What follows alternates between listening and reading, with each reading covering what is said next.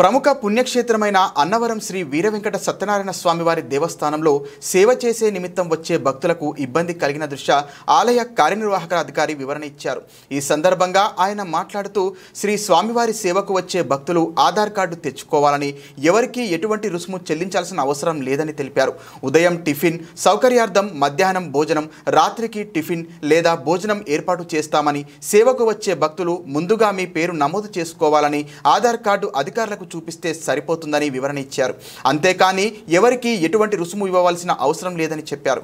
వచ్చిన సేవకులపై ఓ అధికారి దుర్భాషలాడిన సందర్భంగా ఆలయ కార్యనిర్వహణాధికారికి సేవకులు కంప్లైంట్ చేయడంతో ఆయన ఈ వివరణ ఇచ్చారని మీడియా ప్రతినిధులకు తెలిపారు.